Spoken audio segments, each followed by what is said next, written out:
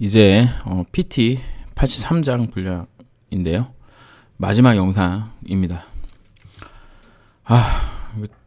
만들기도 어렵지만 찍기도 어렵네요.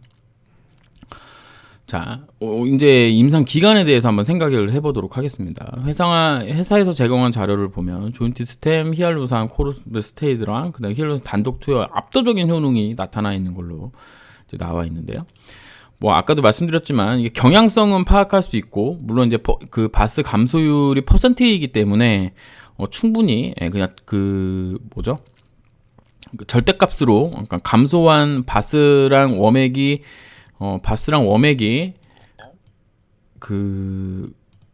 줄어든 절대값으로 하는 게 아니라, 이게 퍼센테이지이기 때문에 절대값으로 비교한 것보다는 훨씬 더 신빙성이 있고, 그 다음에 경향성을 파악하는데 엄청난 거기 때문에, 지금 보시면 12개월로 만약에 엔드포인트를 12개월로 이렇게 잡았다 그러면 얘네들은 이제 반응률이 없는 거잖아요. 반응률이 없으니까 여기가 있을 거고, 이렇게 많이 크게 차이가 날 거라는 거죠. 왜냐하면 지금 조인트 스템 같은 경우는 계속 이제 떨어지는 추세이기 때문에, 그래서 비교 약물 반응률은 낮아지고 조인트 스템 유지가 되기 때문에 그 차이가 이제 매우 크게 나올 겁니다. 그러니까 반응률에서도 되게 유리한 되는 거고요. 그리고 인보사랑 비교한 것도, 인보사가 여기 1년으로 해서 엔드포인트가 나와서 P값이 나오고, 그 다음에 임상의 유의성이 잡힌 것을 생각해 본다 그러면, 네이처셀의 조인트 스템도 그냥 1년으로 했으면 충분하지 않았을까라는 생각을 합니다. 물론 이제 P값이 6개월에도 이제 충분하게 나왔는데, 반응률 측면에서 아까 이제 2부인가요? 2부인가 3부, 2부에서 이제 얘기한 것 같은데, 반응률 측면에서 위약이 이제 현격하게 이제 떨어지는 수준으로 나오기 때문에 엄청 유리하지 않았을까. 그래서 제가 자꾸 말씀드리는 건데, 이게 6개월 시점에 위약 효과가 크게 나타났기 때문에, 요거는 이제 아니죠.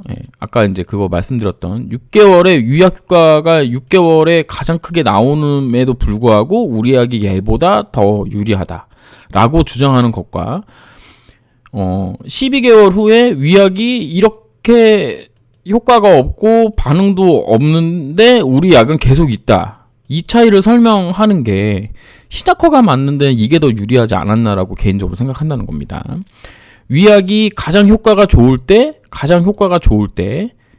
우리가 얘보다 더 좋아 라고 얘기하는 것보다, 위약이 이렇게 올라가고 우리 약이 이렇게 될 때, 위약은 반응률하고 효과 측면에서 이렇게 없을 때 우리 약은 이렇게 아직도 효과가 있어 라고 얘기하는 게 시나커가 받을 때 더 유리하지 않냐, 이 말씀을 계속 드리는 겁니다. 그리고 임상 기간에 대해서는 2023년 2월 28일 약심위원회 나오기 전에 만든 영상에서 그 영상의 대부분의 내용이 임상 기간을 좀 충분히 했으면 좀 좋았지 않았겠냐라는 내용이었는데요. 그 내용에 또 어떤 분이 오셔가지고 또 댓글을 막 단게 결정적으로 제가 이 영상들을 만들게 된 이제 어떤 계기가 됐는데, 여기 이제 2018년 3월 3일 미국 임상 중간 결과를 가지고 조건부 허가를 해달라고 이제 했을 때 보세요. 이때 아마 임상 기간이 1년인가 그랬을 거예요. 1년인가 그랬는데 이게 아마 6개월짜리 아마 지표 가지고 드림인 것 같은데, 보시면 이렇게 써 있습니다. MRI 결과 질병 진행이 53.85%라고 되어 있는데 이게 맞는지, 혹시 변화 없음 표시한 건 아닌가. 변화가 없었던 분들은 없었고 진행된 것이 맞다. 그렇다면 악화된 환자가 더 많은 것인데 이걸 성공이라고 할 근거가 없어. 임상의 입장에서 MRI 평가에서 개선이 46.15%이고 질병 진행이 53.85%인데 이것을 성공이라고 이야기하는 것은 타당하지 않다라고 얘기를 했습니다. 그러니까는 회사 측은 이미 6개월 가지고 이 MRI 결과를 가지고 이게 지금 했다는 것을 이미 중앙약심회에서도 이미 한번 두들겨 맞은 적이 있는데, 이걸 왜 굳이 한국 삼상 할 때 6개월로 엔드포인트를 잡았는지 저는 도대체가 이해가 안 가요. 여기 보시면 MRI 연골 변화 면적. 아까도 이제 MRI 얘기를 했지만 MRI가 왜 이렇게 요 그래프 차이가 왜 나는지에 대해서 설명하라 그랬더니 그냥 요것만 이제 써놨죠. 근데 뭐 그거는 뭐 차치하고라도 보시면 그래프상으로 연골 결손 면적이 이렇게 줄어드는 게 나왔잖아요. 보시면 6개월보다 1년일 때 가장 크게 이제 나왔습니다. 그러니까 여기 보시면 여기 차이가 한 35 정도 되는데 여기서 한 18 정도 더 차이가 나니까 요거 두 개 합치면 1년 정도면은 이게 얼마야? 이게 53이잖아요. 그럼 이게 엄청난 효과 아닌가요? 게다가 관절 내시경 시험 결과 2A1상에서 6개월 간격 내시경 10명에서 연골 재생이 확인됐대. 6개월 전후로. 그럼 이걸 조금 더 눕혀서 1년으로 한 다음에 이게 좀 더 나오는 시점에 이거를 하는 게 맞는 거 아닌가요? 제가 뭘 잘못 생각하는 건가? 그렇지 않나요? 저는 그래서 그 부분이 너무 안타깝습니다. 뭐 뒤에서 한 번 더 얘기하겠지만 이거를 왜 임상 1년으로 하지 않았는지 저는 도대체가 이해를 못하겠어요. 이제 거의 다 와갑니다. 다 와가는 것 같아요, 지금. 예. 임상 모두 성공했는데 신약 허가를 하지 않았다. 23년 9월 중앙약심회에서만 구조 개선을 이야기했다. 라고는 이제 이야기가 있습니다. 이거 관련돼서도 여기 2013년 4월 4일 중앙약심회의록입니다. 이거는 이제 한국 임상 이상 가지고 조건부 허가를 맞춘 거예요. 이거 뭐 이제 그 앞부분 들으신 분들은 알겠지만 이거 이제 이해 못 하시는 분들이 있을까봐 2015년도에 비과학적 뭐 불과학적 그 질환에 대해서는 조건부 허가를 내릴 수 있도록 했어요. 그랬는데 보시면 2016년도 세포치료제 조건부 허가 제도가 생기면서 이비상 결과를 따로 분리해서 조건부 허가를 신청하겠다고 이제 품목 허가 신청 배경이 여기 식약처 직원에 의해서 이제 얘기가 됐죠. 그랬더니 웜의 총점에서 유효한 결과가 나왔으나 연골 크기의 결손이 시험군에서는 변화가 없고 오히려 대조군에서 개선되어 비과역적 질환이라는 것에는 동의할 수 없다라는 내용이 주장에 설득력이 떨어진다는 거죠. 그러니까 2017년 4월 4일 날 처음으로 이상 결과를 가지고 조건부 허가 신청 내렸을 때도 연골 크기 결손에 관련된 얘기가 있었습니다. 그리고 2017년 4월 4일 똑같죠? 아까 이상 결과 가지고 보통 K1 그레이드 3 또는 4는 비과역적 상태라 생각할 수 있으나 그레이드 2는 비과역적 질환이라고 할 수 없음. 이게 무슨 내용이에요? 여기 그 2비상일 때 이 비가 그레이드 2로 한 거잖아요. 그래서 품목 허가가 반려된 거예요. 왜냐면 이 조건부 허가가 비가역성 상태에서만 할 수가 있는 거니까. 그러면 여기서 이제 또 들어가면 이때 급이 그레이드 2인 사람들이 했는데 활성 그 웜액은 가장 안 좋은 걸로 나오고 여기 3인 분들보다도 가장 안 좋은 걸로 나오고 통증은 삼상했던 분들보다도 더 아픈 것으로 나오고 미치고 팔딱들 누르신 거죠. 제가 생각해 이해가 안 가. 이 부분에 대해서 진짜 누가 좀 명쾌하게 얘기해 줬으면 좋겠어요. 자, 2018년 3월 13일은 이건 또 뭐냐? 미국 이상의 중간 결과를 가지고 또 이제 심의를 한 겁니다. 결과를 보고 회사 측에서 미국에서 수행 중이던 그레이드 3의 환자의 임상 실험을 중간 분석해서 신청한 거예요. 그러니까 미국 3상 중간 결과를 가지고 품목허가 아까랑 똑같습니다. 비가역 질환에 대해서 조건부 허가 신청을 한 거예요. 그러니까 2017년도 4월 4일하고 2018년도 3월 13일 날에 했던 것은 품목허가 신청에 관련된 내용입니다. 그러면 여기 시험군이 13명이었대요. 자, 미국에선 13명 했나 보네요. 이 정도로 허가할 수 있는가? 질환 성격에 따라 일반적으로 희귀질환이 아니어서 이건 일단 탈락됐고, 세포치료제 조건부 허가 규정에는 탐색 임상시험의 형태와 목적이 확증시험과 유사해야 한다는 규정이 있음. 그러나 본 임상은 확증적 시험과 전혀 유사하지 않아 조건부 허가로 적합하지 않음. 먼저 시험 대상주 선정이 전혀 이 13명이 전혀 타당하지 않다는 거예요. 이거는 임상 3상 허가 내리는 거랑은 다른 얘기입니다. 타당하지 않고 중공 분석 결과로 조건부 허가 임상을 전혀 가름할 수 없어 보임.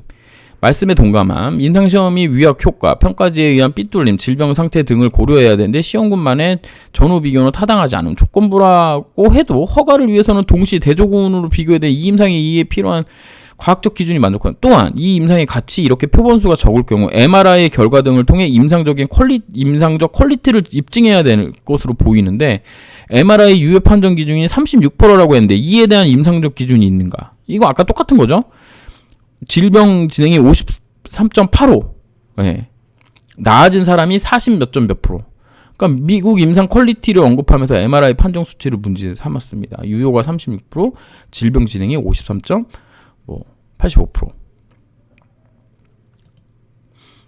요렇게 물어보니까 그렇다면 악화된 환자가 더 많은 것인데 이걸 성공이라고 할 근거는 없음. 이렇게 얘기했어요.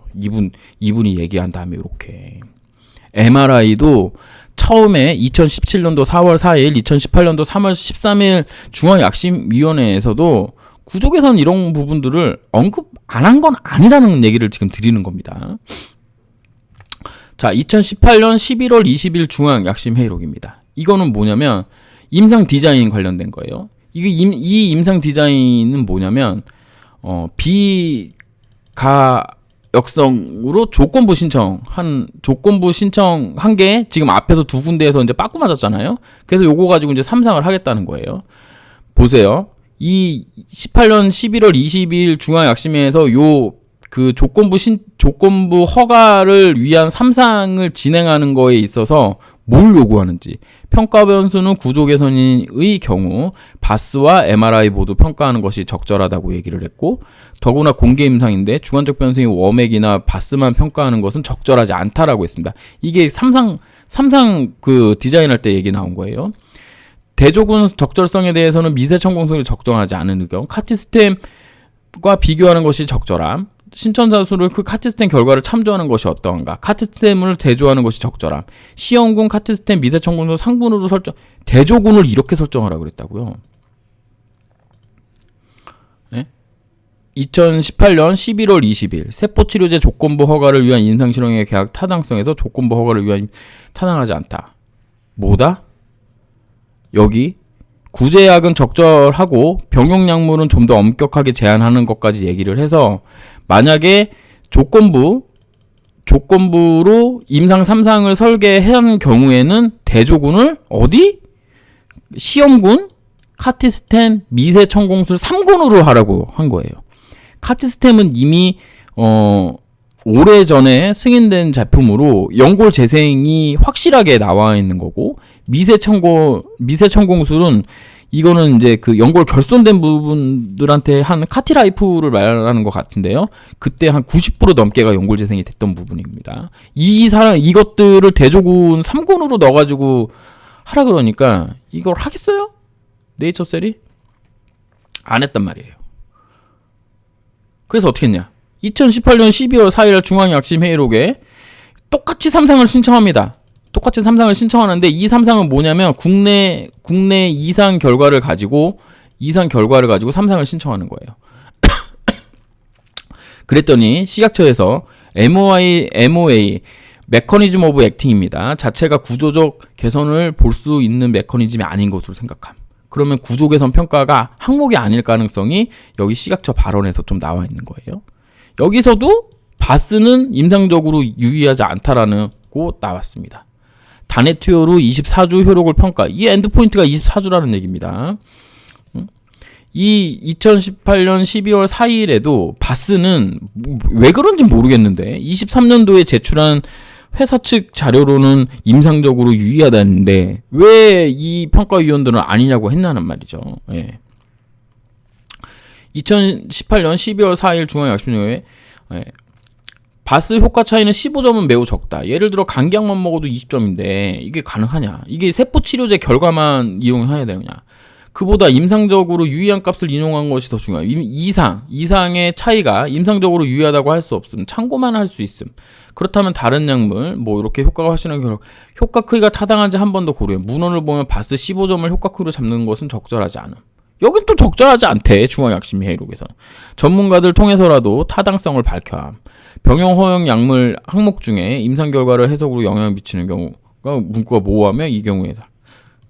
유의성에서 얘기하는 거죠. 그래서 결국에는 어떤 결과가 나왔냐면 시험량의 효과 크기 및 근거 자료 보완을 통한 시험 대상자 수 재산출, 병용약물 허용 및 금지 사항에 대한 구체적이고 명시하고 이에 따른 탈락률을 고려해 반영할 것 해가지고 2018년 12월 4일 날 요런 것들을 반영한 디자인을 2019년도에 내서 2019년 2월에 3상을 허가받게 되죠. 그래서 막 주가 급등하고 난리도 아니었잖아요. 자, 보시면 여기 이렇게 보시면 17년 4월에 한국 임상 이상으로 요거 이제 애니를 좀 애니메이션도 그런 거 지울게요.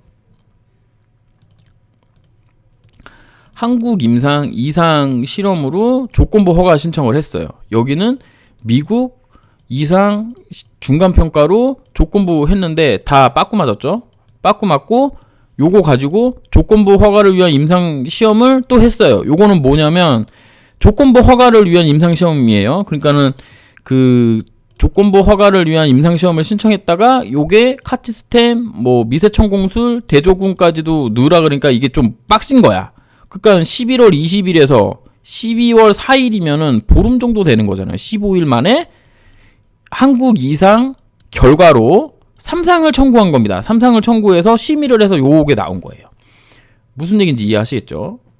이게 너무 좀 짧지 않나? 저는 좀 그렇게 생각하거든요. 그래서 조건부 허가 신청 후 허가가 이제 불발됐죠. 양쪽에서. 미국 이상 결과 중간 평가로 빠꾸되고 한국 이상으로 빠꾸되고. 그래서 8개월 만에 2018년 3월 하고 11월 해가지고 8개월 만에 조건부 허가 신청을 또 반려한 다음에 2주 만에 다시 심사용. 그러니까 설계를 이미 다 해놓고 3상을 청구를 한 건지 12월 달에 요런 이제 생각이 듭니다. 자, 사실은 세포 치료제 조건부 허가 신청 이게 이제 그거죠. 2018년 11월 20일은 조건부 허가고 12월 4일은 임상 3상 시험인 거예요. 그냥 이거는 한국 이상 가지고 무슨 얘기인지 이제 이해하시겠죠, 정확하게. 요거 이제 보면은 임상 그래서 이제 그렇게 이제 신청한 거다. 이렇게 볼 수 있겠고요. 다음 장을 이제 보면은 국내 3상에서 자가 혈청 사용으로 유의성 성과가 이제 반감됐다고 이제 얘기를 했는데요. 회사에서도 인정하다시피 혈정은 효과가 있다고 합니다. 혈정 효과. 자가혈정 자체가 무릎 퇴행성 관절염, 관절 기능과 통증 치료에 어느 정도 효과가 있다고 알려져 있기 때문에 이 위약은 완전히 비활성적이 아닌 유익한 활성을 가집니다. 여기 보시면 뭐 병용 약물 허용 및 금지 사항에 대한 구체적 뭐 탈락, 뭐 구제약, 뭐 요런 것들을 지금 얘기를 했잖아요. 12월 2018년 임상 3상 허가 내리는 중앙약심회의에서. 그러면 혈청을 왜 넣었을까라는 생각을 이제 제가 좀 해봤습니다. 대조군에 자가혈청을 사용하면 조인트 스템 시험군에도 어차피 자가혈청이 들어가기 때문에 조인트 스템만의 효과를 부각할 수 있는 효과가 있죠. 왜냐면 어차피 조인트 스템 조인트 넣을 때 혈청도 같이 들어가는데 대조군의 식염수만 넣으면은 요 혈청 들어간 것 때문에 얘가 더 결과가 더 높다. 요렇게 이제 평가할 수도 있으니까 식염수랑 혈청을 같이 넣고 요렇게 요거랑 없어진다고 치면은 식염수랑 조인트 스템의 결과치만 보는 거기 때문에 조인트 스템만의 효과를 이제 부각할 수 있죠. 그다음에 대조군의 자가혈청 사용은 금지 약물 사용. 여기 보면 금지 약물 사용 있잖아요. 이거를 이제 줄일 수 있죠. 왜냐면 회사에서도 인정하다시피 유익한 활성을 내가 좀 갖고 있으니까 우리가 윤리적으로 아픈 사람한테 진통제도 맞지 말고 임상에 참여하라는 건 말이 안 되잖아요. 그러니까 요거 때문에라도 한 몇 개월 정도 덜 아플 수 있다라는 거니까요. 그래서 임상 윤리상 아픈 사람에게 진통제 치료도 못하게 하는 것을 좀 막을 수 있죠. 금지 약물 사용도 당연히 막을 수 있고, 그 다음에 구제약 사용 빈도도 줄여서 이 구제약을 사용하는 것 자체가 임상 그 효과에 영향을 주는 부분인 거잖아요. 왜냐면 특히 통증 관련돼서 바스 관련돼서 영향을 주는 부분이니까 구제약 사용 빈도도 줄일 수 있어서 임상의 정확성을 높일 수 있습니다. 그래서 이익이 큰 거예요. 조인트 스템 입장에서는. 그래서 허용한 것으로 저는 이제 생각을 했습니다. 그런데 반응률에서 6개월 엔드포인트에서 대조군보다 월등한 차이를 못 냈죠. 여기 이거 회사 측에서 제시한 15, 20인가 뭐 그거에서 48%, 33%. 그리고 이 학술 저기에서는 또 55% 나왔죠. 위약에서 플래시보에서. 그리고 바스의 군간 차이가 12.15 나왔는데 요게 또 10cm 1차밖에 또 안 나는, 이거는 이제 약심위에서 얘기한 거, 제가 얘기하는 게 아니고 약심위에서 얘기한 거 고스란히 쓴 거예요. 오해하면 안 됩니다, 여러분. 그래서 이런 반응이 나온 거죠. 뭐 통계적 유의성, 그리고 피밸류가 뭐 샘플 사이즈가 커지면 이렇게 되는데 뭐 이렇게 됐다. 그래서 통계적으로만 차이 나는 게 아니라 뭐 차이가 크게 얼마나 뭐 최소한의 고려해야 된다고 뭐 이런 얘기가 나오는 겁니다. 20만큼 떨어뜨려야. 그러니까 이거 그 고혈압제 얘기하는 거죠. 5 정도 떨어뜨리는 게 통계적으로 유효할 수 있지만 실질적으로 환자에는 이익이 없을 수도 있다는 거죠. 그러니까 이게 진짜 미치고 팔딱뛸 노릇인 겁니다. 분명히 위약이 가장 효과가 높을 때, 조인트 스템도 효과가 좋아요. 그래서 요거 이렇게 두 개 비교를 했을 때 이게 조인트 스템이고 이게 위약이면 효과가 있어. 그리고 통계적 유의성도 있어. 그랬는데 얘도 어차피 효과가 있었기 때문에 이게 만약에 이렇게 이제 반응률이 떨어질 거 아니에요, 위약은. 근데 얘는 이제 계속 지속된다면서. 그럼 이거 차이가 벌어졌을 때 하는 게, 그래서 갑자기 전화가 와서 끊겼는데 제가 이제 계속 얘기하는 부분인 거죠. 이게 왜 이렇게 되는 건데 여기서 평가를 하는 엔드 포인트를 잡아 이런 걸로 잡았으면은 전 이해가 안 갑니다. 그래서 임상적 유의성이 부족하다고 나오는 거예요. 왜냐면 대조군에서도 일부분 효과가 있으니까.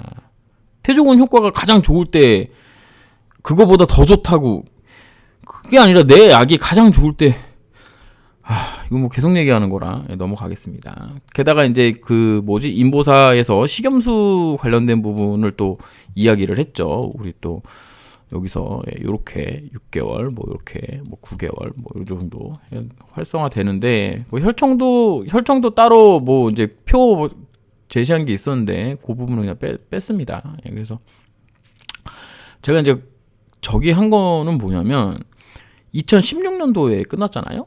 2016년도에 끝나고 2019년도에 삼상이 들어갔는데 인보사는 2017년도에 받았단 말이야.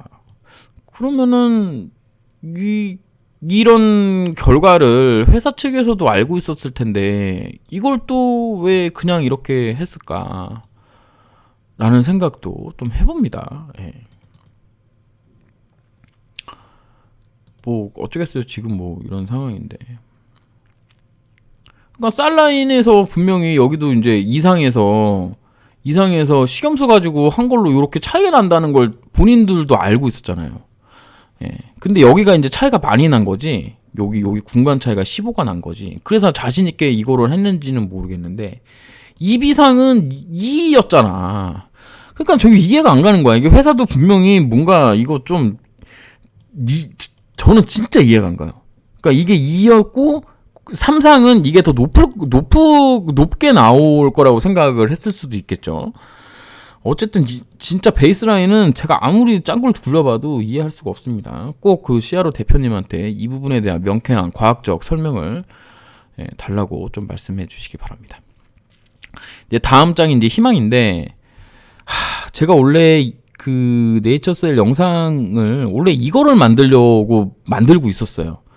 근데 이제 그 만드는 중에 이제 뭐 그 CRO 대표님도 그렇고 영상 댓글 달리는 것도 그렇고 이게 사람 속을 좀 뒤집어 놓으셔가지고 제가 지금 PT 83장짜리를 만들어가지고 지금 영상을 찍고 있는 겁니다. 사실은 이거 말씀드리고 싶어서 여러분들에게, 네이처스의 우리 주주분들에게 이 부분을 얘기를 해라. 보면은 지금 막 이런 이야기들을 하잖아요. 2월 28일 날 약심회의에서. 그리고 회사 측은 이렇게 지금 효과가 있다라는 부분을 제시하고 있고, 맞죠?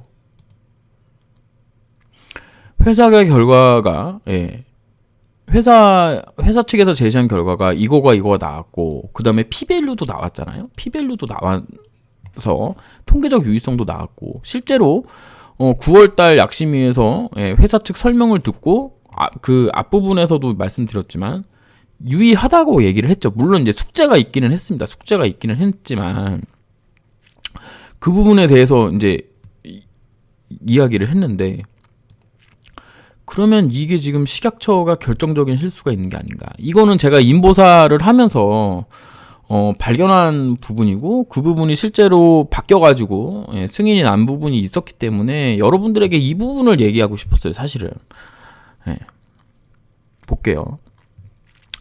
자, 신약 임상평가 소분과위원회, 여기도 신약 임상평가 소분과위원회, 여기도 신약 임상평가 소분과위원회, 신약 임상평가 소분과위원회에서 만들었습니다. 자, 맞죠? 그 다음에 어디서 했죠? 생물세포 유전자 치료제, 생물세포 유전자 치료제, 생물세포 유전자 치료제, 생물세포 유전자 치료제. 자, 이거 2017년 4월 4일 거는 한국 임상 이상 결과로 조건부 허가 신청을 내렸을 때 생물세포 유전자 치료제에서 그 심사를 했어요. 물론 빠꾸 당했습니다. 그 다음에 2018년 3월 13일 날 생물세포 유전자 치료제 소분과위원회에서 미국 이상 중간평가로 조건부 허가 신청을 이 부분들이 또 그 참석하셔가지고 중앙약심회를 했어요. 그리고 조건부 허가를 위한 한국 3상을 신청했을 때도 생물세포 유전자 치료제에서도 했고, 한국 임상 2상을 가지고 한국 3상을 했을 때도 생물세포 유전자 치료제에서 했습니다. 그러니까 이분들이 뭐냐? 허가도 2번이나 심사를 해봤고 임상도 2번이나 심사를 해본 분들이 네이처셀의 조인트 스템에 대해서 제일 많이 알겠죠. 가장 잘할 거 아니에요. 근데 품목 허가를 위한 중앙약심은 어디서 했어요? 생물첨단 바이오의약품 소분과위원회에서 했습니다. 2월 28일도 똑같죠? 생물첨단 바이오의약품 소분과위원회에서 했어요.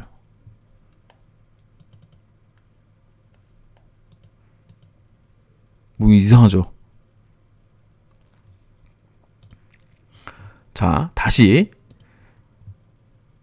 요거 품목허가, 요거 품목허가, 이거는 미국 이상 중간평가, 이거는 한국 이상 가지고 조건부 허가 하는 건 생물세포 유전자 치료제에서 했고, 생물세포 유전자 치료제 소분과위원회, 조건부 허가를 위한 임상시험 생물세포 유전자 치료제, 이상, 한국 이상을 가지고 3상으로 하는 거 생물세포 유전자 치료제에서 했습니다.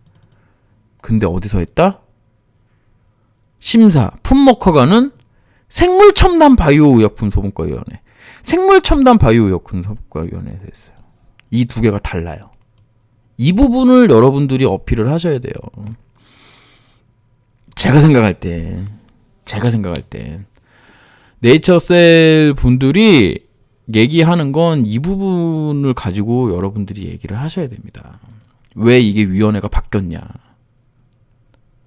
자, 이건 인보사 관련된 내용입니다. 인보사는 2013년 7월 16일에 생물세포 유전자 소분과위원회에서 임상 3상에 대한 자문을 했어요. 임상계획 타당성. 근데 이거는 이제 품목허가입니다. 유전자 치료제 품목허가는 어디서 했냐? 세포 유전자 치료제 소분과위원회에서 했어요. 그리고 4월 4일 날 하고 6월 14일 날 했는데 이때는 어디서 했느냐? 자, 여기는 세포 유전자 치료제에서 했죠? 근데 여기 와서 어떻게 했어요? 생물세포 유전자 치료제 소분과위원회에서 했죠. 여기 생물세포 유전자 치료제 소분과위원회. 요거 두 개 같아요. 임상 계획을 심사했던 곳에서 했습니다. 네? 여기 보세요. 인보사의 경우 생물세포 유전자 치료제 소분과위원회에서 임상 설계 담당을 했죠. 그런데 17년 4월에 여기 17년 4월에는 세포 유전자 치료제 소분과에서 신약심의에서 거절났어요. 재심 청구에서 임상부터 참여한 생물세포 유전자 생물세포 유전자 치료제 소분과위원회에서 회의를 했고 주장이 받아들여서 신약 허가가 났습니다. 보세요. 예, 이것도 골까. 이거 가지고 조동찬이 인보사를 얼마나 깠는데. 열받습니다. 갑자기 또 생각하니까. 지난 17년 4월 1차 중앙약심회원과 독일한 소분과인 신약임상평가소분과위원회 및 생물세포유전자 치료자 소분과위원 합동분과로 회의를 개최하게 되었으며 주관부서의 이름으로 인한 오인으로 생각됨. 참여 인원의 구성은 이번 회의 안건과 연관성이 있는 13년 7월 중앙약심위원과 여기 13년 7월 중앙약심위원이 생물세포유전자 치료제 소분과위원이죠. 그리고 17년 4월 이거 허가를 그러니까 품목 허가를 반대했던 세포유전자 치료제 소분과위원을 모두 위촉하는 것을 원칙으로 해서 소분과위원회 구성 원칙에 따라 이 구성을 한 거예요. 이렇게 17년 6월 중앙약심위원회 이렇게 나왔습니다. 조동찬이가 이 7월 17일 4월 4일 세포유전자 치료제 소분과위원회에서 나왔던 회의록만 가지고 인보사 존나게 깠는데 이거 가지고는 말을 안 했어요. 또 이제 막 제가 이 부분에 대해서는 되게 트라우마가 있는 놈이어가지고 어쨌든 그래서 13년도 7월 그 다음에 17년도 4월에 있던 모든 분, 그러니까 여기서 말하는 생물세포유전자 치료제 소분과위원하고 세포유전자 치료제 소분과위원회 본들을 모두 해가지고 17년 6월 14일 날 회의를 해가지고 결국에는 저게 난 거예요. 승인이 난 겁니다. 자, 이거 보세요. 제가 이거 가져온 건데 2018년 12월 4일 날은 뭐냐면 임상 3상을 심의했던 분들입니다. 이게 한국 이상 가지고 그냥 3상을 청구한 건데 요때 참석자 현황 보면은 이렇게 나와 있죠. 예. 여기에 나와 있는데 여기 보시면 9월 2일 날 중앙약심 회의록에 보시면 여기 외부 전문가로 강승훈님 요 한 분 들어가 있어요. 이거 관련돼서도 얘기 드렸습니다. 여기 구성원 19명은 요 위원 첨단 생물 첨단 바이오 소분과 위원회 11명 이렇게 하나 둘 셋 넷 다섯 여섯 일곱 여덟 아홉 열 11명하고 외부 전문가 3명 배석자 5명 해가지고 총 19명 중에 불참자 하나, 둘, 셋, 4명 해가지고 총 11명이 배석한 거죠. 15명이. 예. 그리고 여기 2023년 2월 28일인가요? 예. 여기에는 생물 첨단 바이오 소분과 위원회에 11명 중에 10명이 참석했습니다. 그러니까 여기 나와 있는 이름의 대부분이 참석한 거예요. 그래서 23년 2월 28일 날 사람 이름이 없다, 그런 얘기는 말이 안 되는 부분이라고 생각합니다. 물론 이제 지금 내용은 좀 다른 내용이지만, 결국엔 뭐냐면, 임상 3상 디자인을 심의했던 사람이 외부 전문가로만 들어가 있었기 때문에 좀 불리하지 않았나라는 생각이 드는 거예요. 여러분 네이처셀의 조인트 스템을 허가받는데 이 강승호라는 분이 외부 전문가로만 들어가 있었던 부분이 여러분들에겐 좀 쉽지 않나. 왜냐면 외부 전문가는 이게 발언권을 위원장님이 안 주시면 이게 말할 수가 없는 부분인 걸로 제가 알고 있거든요. 예. 이 식약처 사람은 이제 중간중간에 내용이라든가 이런 부분들 가름하거나 정리하거나 의제내거나 이럴 때 쓸 수 있는 건데, 외부 전문가님은 제가 알기로는 위원장님이 따로 이제 그러니까 회사 측 이렇게 얘기해봐라 이런 거 아니면은 여기서 위원들이 얘기하는 중간에 들어서 그게 무슨 개소리냐 이런 얘기 못 하는 거 아닌가 이렇게 듭니다. 다음 장 보면은 이거는 이제 헬릭스미니스 김선영 대표님께서 이런 얘기 하셨습니다. 신약 임상 시험과 허가에 대해 전문가들조차 다소 무지한 걸 알고 충격을 받았다. 특히 그는 지난 2차 중앙약심 회의 때 소위 전문가라는 일부 약심위원 중에서도 임상시험 등의 절차를 제대로 알지 못한 채 참여했다는 것을 알고 놀랐다. 그러니까 생물세포 유전자 치료제 위원회랑 유전자 치료제 소분과 위원회랑 이게 완전 다른 거예요. 왜냐면 임상 실험을 설계했던 분들과 같이 이게 가서 허가하는 게 중요한 건데, 그래서 저는 이 부분은 잘 모릅니다. 원래 신약 심사를 할 때 객관적인 심사를 위해 임상에 참여한 임상에 참여한 이제 중앙약심위원회들을 배제하고 심사하는 것인지는 저는 잘 모르겠습니다. 만약에 네이처셀에서 이의 신청을 한다면 이 부분을 좀 강력하게 좀 요청해야 된다. 요런 생각을 좀 저는 해보고 있습니다. 사실은 이 말씀을 좀 드리고 싶었어요. 제가 공부하다 보니 이 부분에서 크게 차이가 나가지고 야 이거는 좀 네이처셀에서 할 말이 있겠다 이런 생각을 했거든요. 마지막으로 이제 제가 가지는 아쉬움인데 이 국내 3상하고 미국 그 지금 진행하고 있는 3상의 그 KL 그레이드가 같고 그다음에 위약도 같아요. 근데 2A1상이랑 2B상이랑 2상이랑 이게 왜 같지가 않아가지고 이게 조금이라도 좀 비슷한 라인이 있었으면 가령 뭐 여기는 2가 아니고 3이었던가 혹은 여기에 단일군 시험 말고 뭐 위약이라고 뭐 쌀 라인이라도 하나 넣었으면 뭐 여기야 뭐 미국에 사는 거니까 뭐 어쩔 수 없었다고 치더라도 그 부분이 저는 좀 아쉽습니다. 이거 좀 조금이라도 비슷한 게 이거 결과가 봐봐요. 이것도 되게 웃겨. 여긴 6개월 했잖아요. 여기는 2년인가 한다며. 맞나?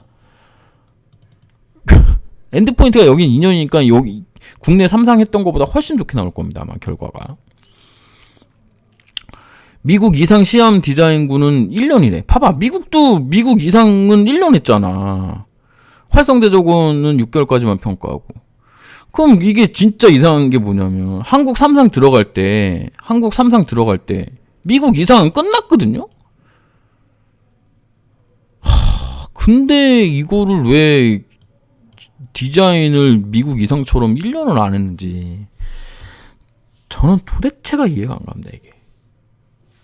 이게 2018년 아까도 봤지만 2018년 12월 4일인가에 했잖아요. 그리고 6월에 시작했으니까 2018년 2월인가 그게 됐잖아. 그러면은 미국 이상은 이미 2016년에 1년으로 설계해서 간 거면 한국 3상도 그냥 1년으로 그게 가는 게 맞는 거 아닌가요? 참, 근데 저는 조금 이해가 안 가요. 이제 끝났습니다. 그래서 개인적으로는 왜 1년으로 안 했나? 그러니까 뭐 앞에서 제가 얘기했던 뭐 바스니 워맥이니 뭐 그 유효성 평가는 솔직히 뭐 제가 평가할 게 아니고 약심위원회들이 평가하고 식약처가 마지막 결론 내리는 거기 때문에 제가 말하는 건 아무 의미가 없어요.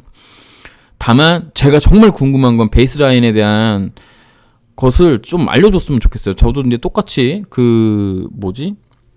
골관절염 치료제에 투자하고 있는 사람으로서 그 베이스라인이 다른 게 이게 제 상식으로는 이해가 안 가니까 뭐 CRO 대표님이 말씀해 주시면 그걸 저한테 퍼다 주시던가 아니면 CRO 대표님께서 아예 방송에서 말씀을 해 주시던가 그런 거 그런 게 좀 궁금하고 제가 네이처셀 주주분들에게 정말 드리고 싶은 말은 아까도 말씀드렸지만 위원회를 갖게 해가지고 위원회를 뭐 생물 첨단 바이오 거기랑 생물세포 유전자 치료제 거기랑 모아놓고 같이 하는 거. 그 다음에 엔드포인트를 1년까지 6개월이잖아요. 지금 6개월을 1년찍게 만약에 결과치가 있다면 이걸로도 다시 좀 해달라고 좀 얘기해주는 방법. 이런 게 좀 필요하지 않겠느냐. 어쨌든 뭐 소송을 간다 그러고 뭐 한다 그러고 뭐 네이처셀에서 강경하게 나왔기 때문에 앞으로 식약처의 관계나 뭐 이런 부분들은 네이처셀에서 잘 할 거라고 생각하고 제가 이 영상을 만들었던 이유는 여러분들하고 뭐 싸우고 그러자는 게 아니라 이런 내용이 있어서 요걸 알려주고 싶었는데 결국에는 이제 막 댓글 달리고 뭐 이모사 비교하고 이래버려서 저도 그냥 막 이제 보이는 대로 다 분석을 해본 겁니다. 눈에 띄는 대로. 그래서 뭐 언짢은 내용이라든가 뭐 이런 게 있을 수 있겠죠. 어쨌든 성토하시고 좋은 결과 있기를 바랍니다. 마지막으로 제 영상 밑에 그 이메일 주소가 나와 있습니다. 그 이메일 주소가 나와 있는데 이메일 주소로 요거 관련된 내용이 보고 싶으신 분들이 있을 거예요. 이미 주주분 중에 한 분은 저한테 메일을 보내주셔가지고 이 부분 다 받아갔습니다. 요거 제가 다운받아 놓은 거 있는데, 뭐 이메일도 보내기 싫다 하시는 분인데 뭐 보고 싶다 그러면 중앙 약심에 다 뒤져서 찾아보시면 되고, 그게 아니고 조금 빠르게 받고 싶으신 분은 저에게 이메일 보내주시면 제가 이메일 확인하는 대로 그냥 어차피 저 갖다 붙여놓기만 하면 되니까 그거 해서 보내드릴 수 있으니까요. 그런 부분들도 또 참고하셔가지고 보시기 바라겠습니다. 이 내용을 다 보고 나면 여러분들이 생각하는 회사, 제가 생각하는 회사에서 생각하는 자기 약, 식약처에서 생각하는 자기 약에 대해서 조금 더 정확하게 알 수 있습니다. 왜 여기서 다 깨져서 됐는지, 여기서 깨졌고 여기로 왜 했는지, 사실은 그런 것도 다 얘기할 수 있는데 그건 너무 내피셜이어서 할 수는 없었던 부분인 거고, 어쨌든 요거 관련된 자료가 필요하신 분들은 저한테 따로 이메일을 보내주시면 제가 보내드릴 것을 약속드립니다. 마지막으로 정말로 이 베이스라인이 왜 제가 생각한 거랑 이렇게 다르게 나왔는가에 대해서 좀 명쾌하게 설명해 줄 수 있는 과학자 혹은 이 영상을 보고 있는 다른 분들이라도 좀 말씀해 주시기 좀 바라겠습니다. 솔직히 그것 좀 알아내는 것조차도 저에겐 되게 뭐라 그럴까, 공부가 좀 많이 되는 일이라고 좀 생각을 하거든요.